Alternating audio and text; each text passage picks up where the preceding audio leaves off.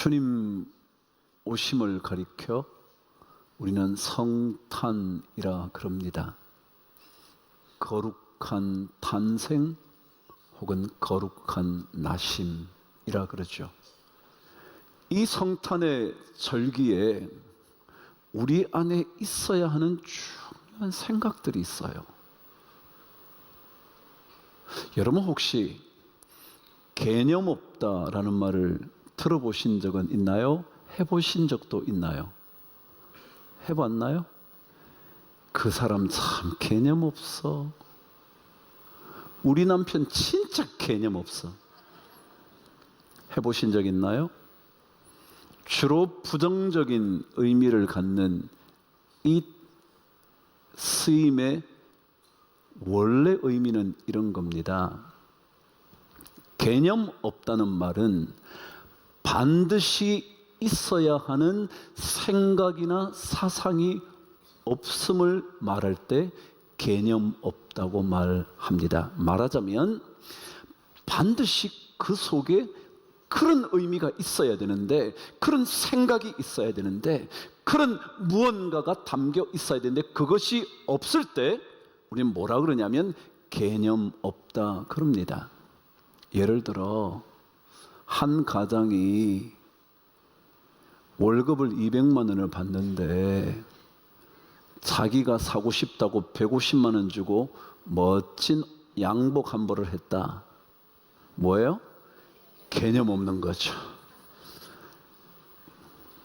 부인이 200만 원밖에 받지 못하는 남편의 월급을 들고 자기 원하는 백을 150만 원 주고 샀다?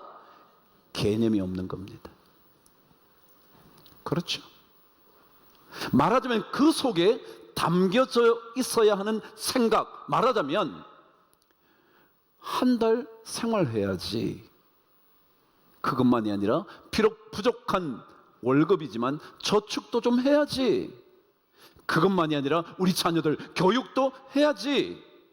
빠듯하게, 그렇지만 있어야 할 것들을 챙기는 그 생각이 있어야 되거든요. 근데 그 생각이 없으면 뭐라 그런다고요? 개념이 없는 겁니다. 우리가 예수를 믿을 때 꼭 이 개념이 있어야 됩니다. 믿는 건 뭔가 그 개념이 있어야죠.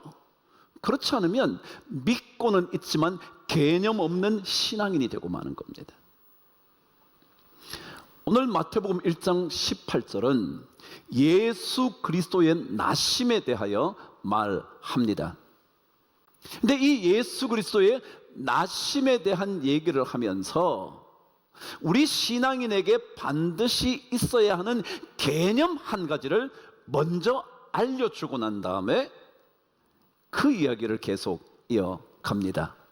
18절 저와 함께 읽겠습니다. 시작. 예수 그리스도의 나심은 이러하니라. 그의 어머니 마리아가 요셉과 약혼하고 동거하기 전에 성령으로 아니군요. 다시요. 성령으로 잉태된 것이 나타났더니 그렇습니다. 여러분, 남자와 여자가 동거하지 않았는데 생명이 태어난다고요? 말이나 돼요? 안 되죠. 말이 안 되는 얘기를 지금 꺼낸 겁니다. 예수님의 탄생에 대하여 말도 안 되는, 세상 말로 하자면 도저히 이해할 수 없는 그런 이야기를 꺼낸 겁니다. 도대체 뭘 말하려고 하는 걸까요? 그럼 신앙생활은요, 세상의 방식이 아닌 하나님의 방식이 있다. 이걸 개념으로 갖고 있어야 합니다. 좀 더 다시 설명을 하자면 하나님을 믿는 일에는 사람의 영역이 아닌 하나님만의 영역이 있다. 이걸 알아야 된다는 겁니다. 신앙생활을 하면서 내가 모두 할 수 있다고 생각한다면 착각이죠. 하나님의 사람들은 그렇구나, 내가 이해할 수 없지만, 다 파악할 수는 없지만 하나님께서 하시는 방식, 하나님의 영역이 있구나. 이걸 개념 속에 담아 두어야 한다는 겁니다. 그것이 바로 성령으로 잉태된 것이 나타났다, 그렇게 말하는 겁니다. 어떻게 남자도 모르는 여자가 아이를 가져? 이해가 안 되는 겁니다. 말이 안 되는 겁니다. 세상 방식으로 말하면 절대 불가능한 겁니다. 그런데 왜 예수님의 탄생 이야기를 그렇게 말하느냐 하면, 예수 믿는 일에는 하나님의 영역이 있다. 하나님의 영역. 여러분이 알지 못하는, 내가 다 깨닫지 못하는, 우리가 전부 이해할 수 없는 그곳에 하나님의 영역이 차지하고 있다. 그래서 사도 바울은 고린도전서 2장 9절에서 이렇게 설명을 한 것입니다. 저와 한번 읽어보실까요?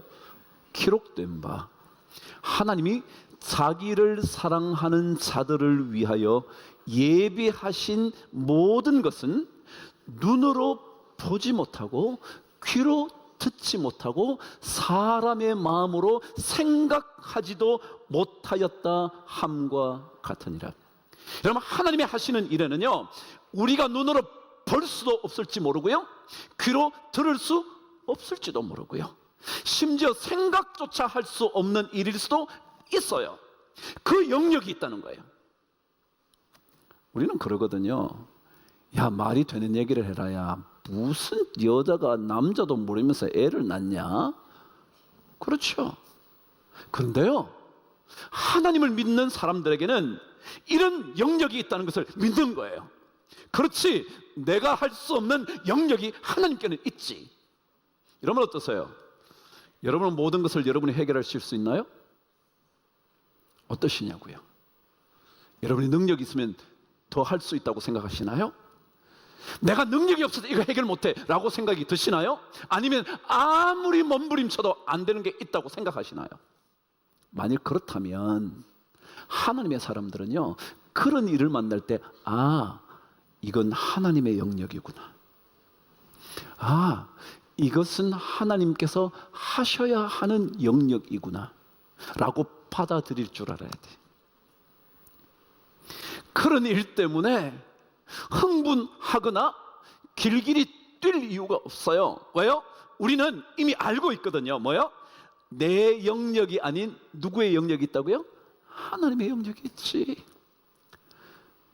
동거하기도 전에 성령으로 잉태된 것이 나타날 수 있지. 자, 이런 영역이 있는 줄 알 때 하나님의 사람들은 이런 태도를 취하기 시작합니다. 19절 20절 읽겠습니다. 시작. 그의 남편 요셉은 의로운 사람이라 그를 털어내지 아니하고 가만히 끊고자 하여 이 일을 생각할 때에 주의 사자가 현몽하여 이르되, 다윗의 자손 요셉아, 내 아내 마리아 데려오기를 무서워하지 말라. 그에게 잉태된 자는 시작 성령으로 된 것이라. 여러분, 하나님의 사람들은 하나님의 영역이 있는 줄 알기 때문에 내가 할 수 없는 어떤 영역을 만나면 그때부터 깊이 생각하기 시작합니다.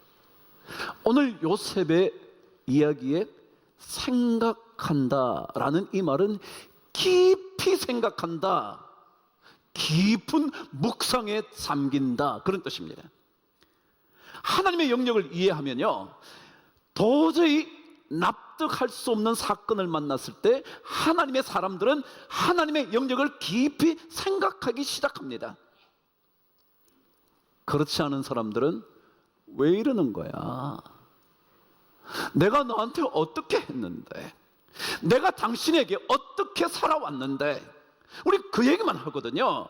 근데 하나님의 사람들은 무슨 영역이 있다? 내가 진짜 최선을 다하면 내 남편도 최선을 다하겠지. 내가 진짜 자식을 위해서 애를 쓰면 자식도 잘 하겠지. 그런데 아니라는 거예요. 그럼 그런 영역이 있을 때 하나님의 사람들은, 그래, 이거 하나님의 영역이지, 그때부터 깊이 묵상하기 시작하는 거예요. 그러면 그때 하나님의 사자가 꿈에 나타나서 현몽, 나타날 현, 꿈몽, 꿈에 나타나서 말씀하시기 시작하는 거예요. 신앙은 그런 신비를 경험해 보는 거예요. 내가 도저히 이해가 안 되는 거예요. 나 진짜 이렇게 살아서 당신을 위해서 이렇게 했는데 당신이 이렇게 하는 건 도대체 이해가 안 돼. 너 왜 그러는 거야? 엄마 아빠가 부족한 게 뭔데? 아무리 생각해도 이해가 되지 않는 일들이 있을 때 하나님의 영역이 있지. 그리고 깊이 묵상하기 시작하면 그때부터 하나님의 음성을 듣기 시작하는 거예요. 하나님의 음성. 인간은 모든 것을 다 해결할 수 없거든요. 그래서 구약 성경에는 자주 이런 표현을 사용합니다. 너희는 가만히 있어 주가 하나님 되심을 알지어다. 가만히 있어. 이때 가만히 있는다는 어떤 뜻이냐 하면 하나님의 공급하심과 하나님의 타이밍을 깊이 생각한다, 그 뜻이더라고요. 제가 사전을 찾아보니까 그것을 생각하는 거예요. Thinking of God's provision, 하나님의 공급하심과 and His timing, 타이밍을 계속 생각한다는 거예요. 그게 가만히 있는 거래. 가만히 있는 게 아니고요. 그래, 하나님의 또 다른 어떤 공급하심 계획 있을 거야. 그때가 있을 거야. 그게 가만히 있어. 그럼 성경에는요, 인간의 영역이 아닌 하나님의 영역에 대한 이야기가 굉장히 많습니다. 생각해 보십시오. 기드온이 300용사를 데리고 그 수많은 미디안 백성들 군사를 무찌른다고요? 무기도 안 들고 횃불 들고요? 항아리 들고요? 여러분, 납득이 안 되는 겁니다. 아니, 돌기만 하면 여리고성이 무너진다고요, 여러분? 세상에 그런 일이 어딨나요, 여러분? 근데 그때요, 가만히 아시잖아요. 너네들 말 한마디도 하면 안 돼. 그냥 여리고성 돌기만 해. 돌기만 해. 정말 제가 옛날에도 한번 이 설교하면서 돌아버리겠잖아요. 돌기만 하라니까. 말도 하지 말래죠, 여러분. 그래요. 우리는 말하는 게 아니에요. 하나님의 공급하심과 하나님의 타이밍을 생각하는 거예요. 이 일을 생각할 때에 주의 사자가 현몽하여 이르되 다윗의 자손 요셉아, 내 아내 마리아 데려오기를 두려워하지 말라. 그렇거든요. 이게 신앙이거든요. 신앙은 하나님의 영역을 자꾸 생각하면서 조용히 생각해 보는 거예요. 그러면 하나님이 말씀하시는 거예요. 자녀를 통해서 말씀하시든지, 자녀에게 직접 말씀하시든지, 그 남편에게 직접 말씀하시든지, 어떤 사건을 통해서 계속 하나님이 들려주시는 거예요. 그걸 경험하는 게 믿음의 개념을 가진 사람들이라는 거예요. 그러면 하나님께서 이런 일들을 벌이시는 거죠. 오늘 말씀 21절 저와 함께 읽겠습니다. 시작. 아들을 낳으리니 이름을 예수라 하라. 이는 그가 자기 백성을 그들의 죄에서 구원할 자이심이라 하니라. 그러면 하나님께서 예수 그리스도를 보내셔서 건져주시는 구원의 역사를 이루신다. 그 얘기예요. 그게 성탄이에요. 성탄의 의미는 뭐냐 하면 주님이 오셔서 우리를 살려내시는 거예요. 이렇게 구원이라는 단어는 save라 그럽니다. 여러분 아시죠? save 한다. 그게 건져내어 살린다, 그런 뜻이거든요. 그러니까 구원하신다는 말은 우리를 살려내시는 거예요. 도저히 이해할 수 없는 그 상황에서, 말도 안 되는 그 상황에서 하나님이 예수 그리스도 통하여 우리를 살려내는 거예요. 이걸 경험하는 것이 성탄이거든요. 도스토옙스키의 작품은 전적으로 기독교 신앙에 근거한 작품입니다. 모든 작품이 까라마조프의 형제들이든지 뭐든지 전부 다 하나님, 예수 그리스도 그분을 믿는 믿음에 관한 책입니다. 그런데 모든 평론가들이 그의 작품에 대하여 단 한마디로 표현하면 자유에 대하여 글을 쓴 사람이라는 거예요. 자유. 근데 무슨 자유라 그랬냐면 뒤에 덧붙이기를 죄로부터의 자유라는 것이었습니다. 죄로부터.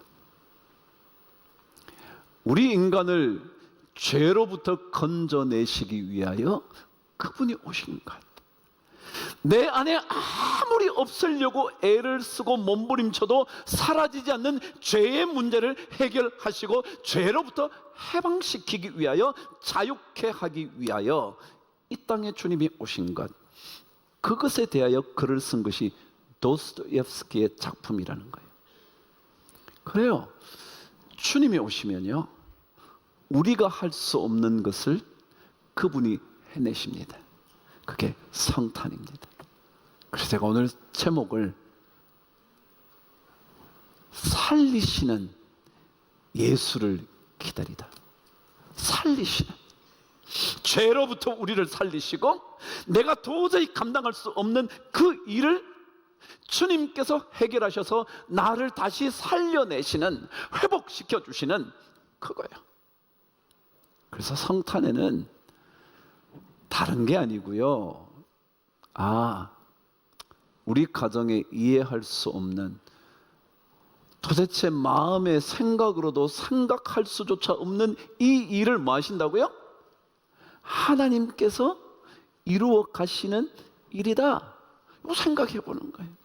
그래서 조용히 기다리는 것이요. 그리고 그분의 말씀에 순종하는 거죠. 뭐라 그랬냐면 내 아내 마리아를 데려오기를 두려워하지 말라 그랬어요. 그랬더니 데려왔나요? 안 데려왔나요? 데려오죠. 그럼요. 신앙의 개념은 이런 겁니다. 하나님의 영역을 인정하고 내가 납득할 수 없는 하나님의 영역인 것처럼 보이는 그 일을 만나면 그때부터 깊이 생각하고 그분의 말씀 한마디라도 순종해 보는 것, 그것으로 인하여 예수 그리스도의 오심을 경험하고 살리심을 맛보는 일, 이게 신앙생활이라는 거예요. 그러니까 이걸 못 해보면 예수 믿는 게 아니죠. 뭐 흔히 말하면 뭐가 없다고요? 시작. 개념이 없다고. 예수는 믿어요. 뭐 다 믿죠. 뭐 다 믿잖아. 다 믿는데 뭐가 없어? 개념이 없어. 개념이. 주의 사자의 분부대로 그를 데리고 왔대요. 24절 한번 읽어보실까요? 시작. 요셉이 잠에서 깨어 일어나 주의 사자의 분부대로 행하여 그의 아내를 데려왔대요. 다 욕먹을 일 아닌가요? 아니, 요셉이 어떻게 견뎌냈을까요? 누구 자식이야? 그런 마음 없었을까요? 당신 말은 아니라 그러지만 누구 자식이야? 말해봐. 그래서 옛날 이단들은 전부 다 그거 다 마리아가 결혼 전에 딴 남자랑 어떻게 해가지고 뭐 났대 그러잖아요. 성경은 그렇게 말하지 않아요. 하나님의 영역이요. 1930년대에 인본주의자들이 자기들의 성명서를 발표했습니다. Humanist Manifest. 인간 중심, 인간이 근본이야 라고 말하는 그 사람들이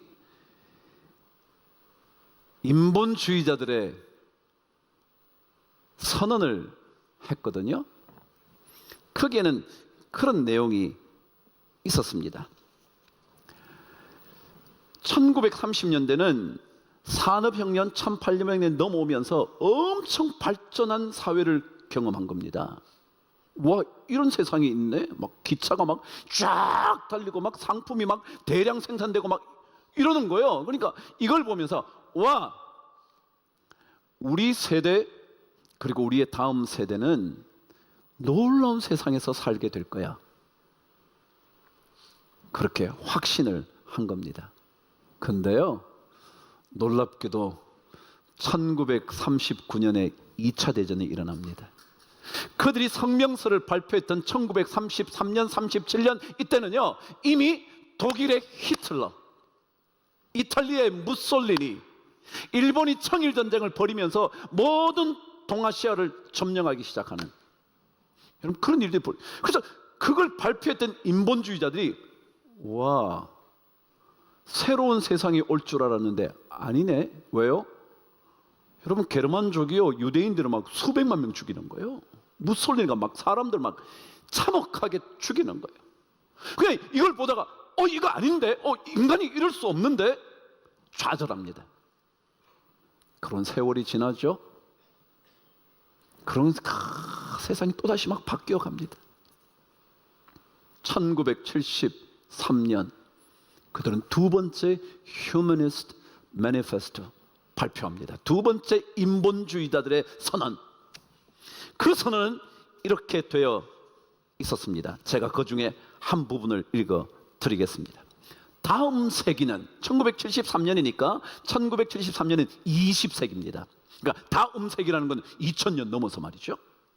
한 30년 전이면 2000년이니까. 그러니까 다음 세기는 반드시 인본주의의 세기가 될 수 있고 되어야만 한다. 극적인 과학기술과 가속화된 변화로 말미암아 지구 정복은 이미 이루어졌고 달 탐험까지 완수했으며 커뮤니케이션의 한계를 극복했다. 그때 막 전화기가 나왔거든요. 그러니까 막 멀리 있는 사람하고 너 잘 있었어? 막 목소리가 들리는 거예요. 화면이 막 보이기 시작하는 거예요. 그래서 뭔가 달라질 거다. 마침내 어쩌면 우리는 다른 행성에서 살게 될지도 모른다. 이것을 통하여 우리는 환경을 통제할 수 있게 됐고 가난을 극복하며 질병을 줄이고 수명을 높여 인류에게 최고의 기회를 제공할 수 있다. 그런 거예요. 괜찮죠? 근데 여러분 진짜 그런가요? 여러분 21세기에 들어와서 여전히 사라지지 않는 폭력은 어쩌고요? 아동학대는 어쩌고요? 얼마나 엄청난 타락의 모습들은 어쩌고요? 더 깊어지는 경제적 불평등은 어떡하고요? 누구는 배불러 죽는데 누구는 기아로 죽는 이것을 어떻게 해결하냐고요? 도대체 이해가 안 되는 거예요.